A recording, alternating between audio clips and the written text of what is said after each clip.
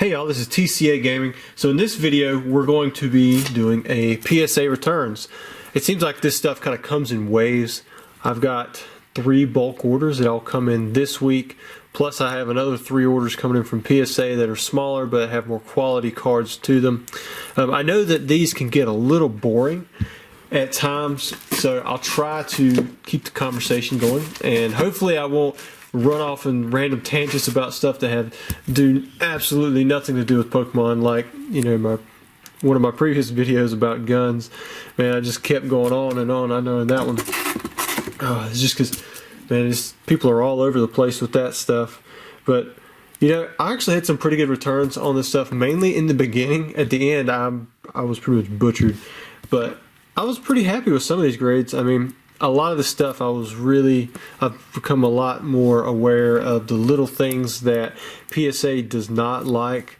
Like on a lot of these full arts, now they started counting off pretty heavily for centering, and see, like this one, it doesn't have the little tick marks. Well, this one, it does a little bit. You can kind of see it, you know, right across there. But if it's pretty heavy, like it was on the Evolutions reprint, then a lot of times they're counting off for that, giving it like an automatic 8, which is kind of crazy if you compare it to some of the other cards that have 8s that actually have scratch issues or damage around the border. And these cards don't have any whitening at all. But it's kind of understandable because, you know, if you're going to have a Gem Mint 10 card on all these new cards that are all good stock and good quality, then what's going to be the next thing you look towards? You know, if the card quality is good, I mean, it's got to be not only the surface, but, you know, looking at if those textures are breaking the surface of the card itself. I don't do very well on my Japanese hollows from WotC. I used to get almost tens on these things, you know, almost all the time, but a lot of these end up in like in the $20 box that I have on eBay, just because I don't normally take the time to try and list these individually. Got some ALF lithographs. This is the Japanese versions. Got 8 and 9. If any of you are wondering about Jeff, my father-in-law, he's doing really well. He's checked out. He's been walking. In fact, he's living with us until January 2nd, so I mean, that's like a month. You know, it's pretty humbling having the privilege to care for someone in a way that, or care for someone that really doesn't actually have the ability to do all the things necessary, you know, for themselves on a daily basis. Yeah, I never thought I would be that person, but like I said, it's humbling to be able to do that. And you know, I would just hope that one day, you know, if I'm ever to that point that I have someone in my life that, you know, shows me dignity, and I try to keep that in my mind. And I definitely don't want my wife doing it. But other than that, I mean, he's really well. I mean, he can't move in certain directions, but, you know, he's laughing, cutting up. Yeah, we got him a big recliner. Oh, here's a good grade right there. Check that out. Got a first ed Charizard. Man, that hollow just looks great. He's been watching TV, and he's got his granddaughters on both sides. So it's been really nice. It's been a real blessing. And now that we're actually going to get to spend our entire Christmas with him, you know, the whole holiday season, we got in care, or like there's a cardiovascular rehabilitation center or something he's got to start going to. Oh, that's a 9. Let's get that out of there. Can we put that 9 back there on that one as well? But other than that, he's doing pretty good. So, you know, if you were wondering about that, I was really touched by all of the responses that you guys, you know, gave me from that video. I mean, that was basically what everyone commented on. So thank you so much for that. I'll be honest with you, trying to keep up with these videos lately has been kind of tough. These PSA videos, these actually take a lot longer than any of them, because whenever I get a PSA order back, first I have to take all of these cards that are not mine, and I make sure that they go out to, I send out an email to each individual person asking them, you know, where their location is to confirm that, how they would like it shipped if they want insurance. And then each person emails me back, tells me what they want, and I set them up with a shipping invoice, you know, if they don't have any other questions. Then they pay it, then I verify everything again, you know, make sure there's no cracks on any of the cards, everything's good, and then I ship it out. And that's for every single person who's on every single bulk order. Then after all of that's done, I have to go back through and I put sleeves on every single one of these cards. so that while we're like in a video like this, you know, we can slide them pretty easy. You see how that is? Normally PSA cards are scratching or get locked up and they won't stack. You know, there's all kinds of issues that can come from not putting a sleeve, you know, immediately on a PSA case. So it's a relatively inexpensive process that just makes it smooth. Now, after all that's done, you know, we can set up for a video. Record the video once, go through it once, but I have to go and I have to edit it. And my editing is pretty quick. I take less than 5 minutes to edit every video. I don't ever edit more than that. I just put basic information in there at the end, you know, for the outro for YouTube, as well as a little bit of music. And I adjust the volume levels, you know, as needed. I like that Mewtwo. Then after that, I have to render the file, which basically creates it from my video editor software. And then that file I upload to YouTube.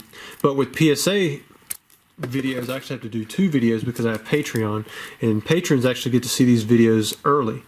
So what I'll do is I'll have to create a second file that I upload to YouTube separately, and the file has to be slightly different or YouTube will reject it. So I have to render 2 files and upload them both. And that's just, you know, that's the whole process pretty much for one PSA video. And then after all this is done, then I'll go back through, I'll sort all this stuff out, figure out what I want to sell. Normally I only sell the 10s. Then I take anything that's like 9 or lower and I either put it into a bulk box if it's worth, you know, in the $20, $25 range, or I'll send it up to Troll and Toad if I don't feel like dealing with it, and then they'll sell all the stuff. And then that's it. After, you know, I get through all that and I have to go through and actually sell the stuff, that's a whole different process. Basically, selling the cards on eBay really isn't that bad. I take a card like this, I picture it, and then I go get another list, and then I'll crop the picture, watermark it, and selling similar normally takes less than 60 seconds per item. I've got the name, got the set, you know, the title is the only thing really that I change: the title, the picture, and the price. And it's really not that bad to do all that stuff because you can search these kind of things really quickly. So now we're kind of getting into the part where I was probably butchered a little bit. So these are Shadowless Nan Hollows. Normally they're pretty easy to grade. For the 90% of you who know what I'm talking about, the Shadowless, then I don't have to explain it. But for those of you who don't know, just in case, because I mean there's always people coming new into this hobby, Shadowless means that there's no shadow on this right side. You can see it right here, there's no depth. It looks just like the left side over here. Shadowless cards tend to be a little bit lighter. They've got a thinner font up top, and you can always tell for sure by looking down here in the dates. It says 95, 96, 98, and it says 99 there, but then it also says 1999, and there's no space between that and Wizards. That is always a surefire way to know that something is indeed Shadowless. If we get to some cards here in a little bit that are not Shadowless, I will show you what those look like, just so that you can see. And I'll set this Kakuna here in the background for comparison. There are a lot of little errors on the Shadowless cards that people are aware of that were complete issue prints, like this Kakuna, for example. You can see where the energies right here are not centered well. And same thing with those grass energies. It was the same way on the Porygon. I'll show you some where it is centered, hopefully. But this one particularly has a length error instead of length and weight. That's supposed to be the weight for 22 pounds. And there's a lot of cards that are like that. It's a complete issue print, so it's not worth any more than any other Kakuna that is Shadowless, because all of them are that way. There's Farfetch for the 7. Let's look at the 7, see if we can figure out why I got the 7. We'll look on the back side. You know, there are a few white dots, but yeah, I think that's pretty rough for 7. Oh wait, here we go. So this one is indeed a 7. You see right there, there's a little break in the surface. It doesn't actually crease, but usually any break in the surface like that doesn't make it smooth drops it down normally to a 5 or a 6, but because it did not crease technically, but you can see it when you flash the card, that's probably why they gave it a 7. So I haven't looked at all these cards in depth, so they very well could be the accurate grade that they show, but normally I do a little better on non-hollows. And as you can see, I'm not getting any gem mint 10s. I think there are a few, but they're like energies or something. This is a nice one, Dragonair. I mean, it's only an 8, but you know, it still looks nice. I like the card itself. It's just a good quality 8, that's for sure. moving right through these Shadowless cards. Got Pokemon Reader. See, with ones like this, I don't think they ever had the shadow on the right side of the picture if it's a trainer or an energy. So if you can't tell by there's a colored difference. This one's slightly lighter. It's a different, I think, quality of print as well in the DPI. That may or may not be true, but there's got a look to it. If you've been around it long enough, you'll pick up on it. But you can definitely tell down there in the bottom where it says $19.99 right here, and then 99 again over there. So we've got Vulpix. This has got the HP 50. That was a universal error. First edition Rattata. And then here's a promo. You can't really see the shadow, but it is there. We'll be able to see that black line. You'll be able to see it better on another card. This is promo. This is a promo set, so this is not base set. But that shadow should be pretty much on all of the other Wizards of the Coast cards. It looks like we'll be going to the Topps right after this, so I don't have any other ones to compare it to. Alright, so we're going to start off with the Topps Pikachu. Now, before I show all these Topps cards, I'm going to say that I literally had probably 10,000 Topps cards. Maybe more. And almost all of them were like super pack fresh. In fact, I'm going to pop up my camera just for a second so you can see my desk. Like, I had so many of these Topps cards.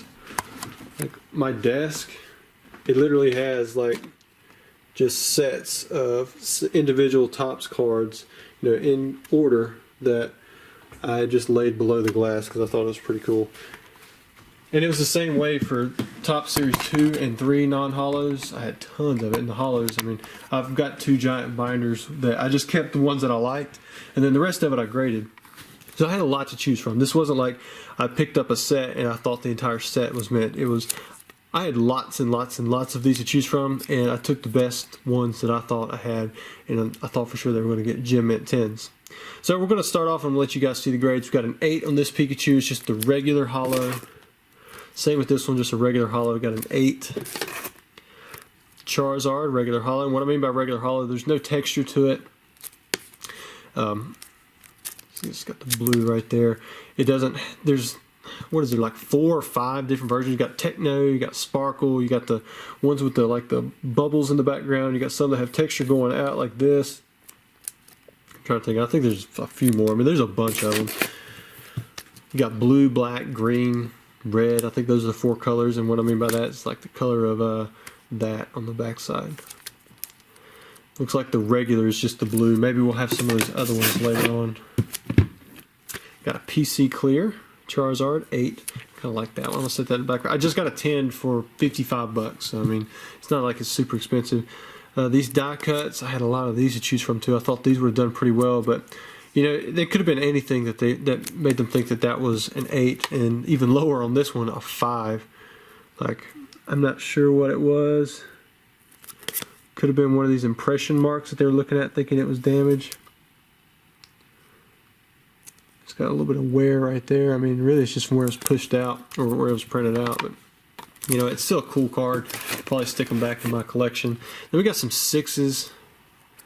You know, they look relatively nice. Maybe that corner up there. A little bit of whitening right there. But man, I've seen way better or way worse 6s than that. Like, I might compare some of these crazy grades on another video, because I've got some really bad Charizards that are graded 7s and 8s, and it's like, wow. You look at stuff like this where the grade is off, and you know what, some of these, like, I'm not saying that all these are wrong. I'm not even saying that any particular one is wrong, because you can't always see everything, you know, from within this case. But it takes one little break in the surface, or flash, or, you know, anything that could cause a loss in appeal to the card to get it dropped immediately out of that 8 or out of the 10 down to something else. If you look at it, if you look at, you know, what an 8 represents, an 8 represents a near mint card. Most of the time when someone describes a near mint card on eBay, then they're talking about a card that's in pretty top-notch condition. So it's not that bad, but people a lot of times get hung up on the fact that it says 8 instead of 9 or a 10. I'm just going to speculate that most of these did not get the 10, because probably like one of these corners just weren't very crisp. because it doesn't take much to make that corner, you know, not to where it's like perfect and nice and, you know, pointy, because that's what you're going to be looking for. Most of the time when we grade Pokemon cards, like, because this is what I'm used to, you know, they've got rounded corners, which are not as easy to damage, you know. And if they did, then it would probably just give it like a white nick rather than what looks like a break in the surface or some kind of crease. And I would think that with a card that has a corner, you know, that's going to be a lot more prone to happen. Here we go. We do have a Gem Mint 10 on the Eevee. That's very nice. I'll start to cover up that Mewtwo in the background. And then back down to a 7 again. Alright. Still got plenty more to go. Eevee with the 8. And I sent these in because I thought they were really nice. If you go to my Troll and Toad, you'll see that I have the majority share of all of the TOPPS cards that are being sold there.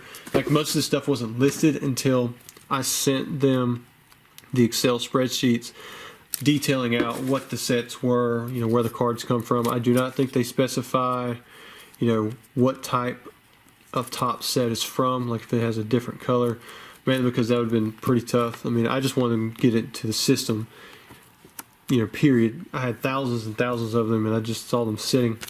And you know what? Those of you who have bought TOPPS cards off of me on PSA, you know, they move pretty well. You know, I've been surprised at how a lot of people are willing to pay, you know, $5, $10, $15 for a TOPPS card. I've even sold some of these. I think I sold a die-cut Charizard for $35 or something on there. And, you know, this is all ungraded Troll and Toad near mint. And I say Troll and Toad near mint because it may say my name and then near mint, but they do all the condition ratings on there. So be aware of that. It's not me saying that this card is near mint. It's, you might as well just expect that if it says near mint and they're selling it, they're fulfilling it, they're taking all the responsibility, that it is based off of their normal near mint conditions grade. I'm not saying you couldn't get mint, super mint cards. I do submit a lot of cards to them to sell that are super mint, but for the most part, it's completely up to them. I could tell them that, you know, hey, this Charmander, you know, if it had, you know, if it was like play condition, I say it's play condition. If they think it's near mint, they're going to list it as near mint, because at the end of the day, when the card sells, they're the ones held responsible if, you know, you as the buyer get mad about the condition. They'll take care of that. Once the card sells and it ships, I get paid, and then they're responsible for anything else past that point. Check it out. We got us a Gem Mint 10 on the Water Energy as well as the Lightning Energy. So we scored 2 there. So we're through the first box. The second box doesn't have a ton of cards. It's got about, well, about 3/4 of a row. So I mean, it's not too low. We're going to jump into Pikachus, and if those of you who have a trained eye for this kind of thing, this is mislabeled. It says TOPPS Chrome. It should say 2000 TOPPS Pokemon TV, maybe even 1999. I'm not sure if it, because this is Series 3. You can see that there. This is Series 1. I can't remember if it actually came out in 99 or not. But all of these Pikachus are labeled TOPPS Chrome. I have no idea why. It's not like we were flip-flopping too much. And I didn't submit any TOPPS Chrome cards at all. Check out a 10. Then we have this random 4. Looks like maybe they clamped down on the card or something. You can kind of see it going straight across. It's weird.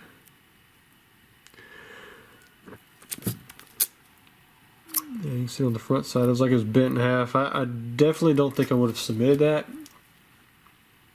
But at this point, who knows? There's no way that I would get any kind of pull with a card like that. I mean, it's not even worth that much money. We've got an 8. Next up, we have Charizards, and you know, we didn't do very well. 7, 7, 8, 8. Let's see what else we have.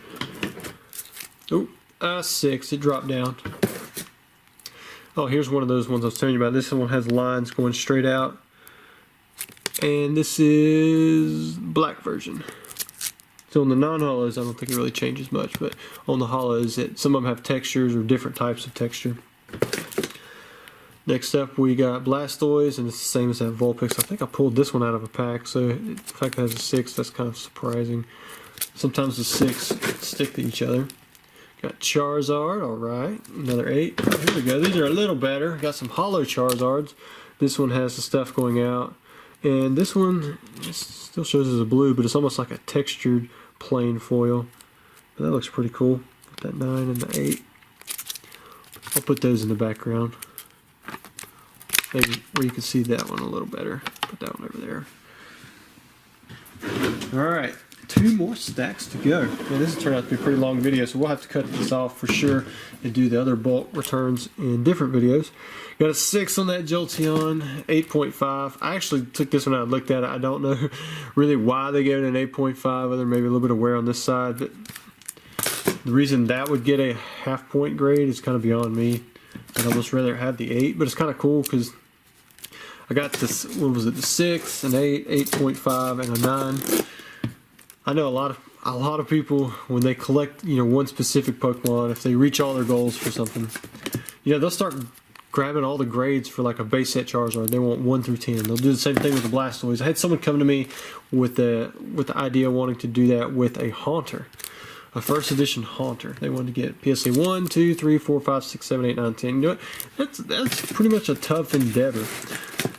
If you wanted someone to, like, if you're trying to take Haunters and submit them, I mean, you're going to have to basically pick up as many as you can, maybe submit them, see what grades you have left, and then hopefully you can find them.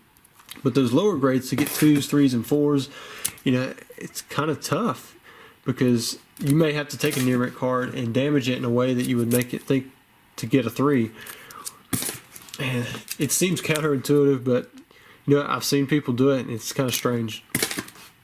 I think there was a false sense of worth for certain cards that were graded like 1, 2, and 3 for the base first edition Charizard for the longest time, because people were directly relating the population of a grade of a certain card to the value.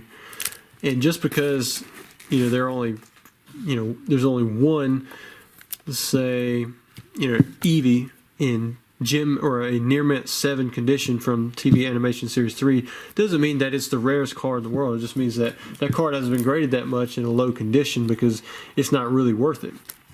Now, there are cards out there that if they have a low pop, yeah, it's going to be worth it. But in general, if the grade goes up, the price of the card should go up.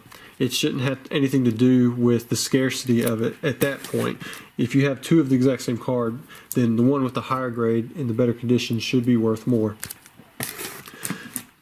I've seen it a little different with something like a I had a 1.5 first edition base set Charizard.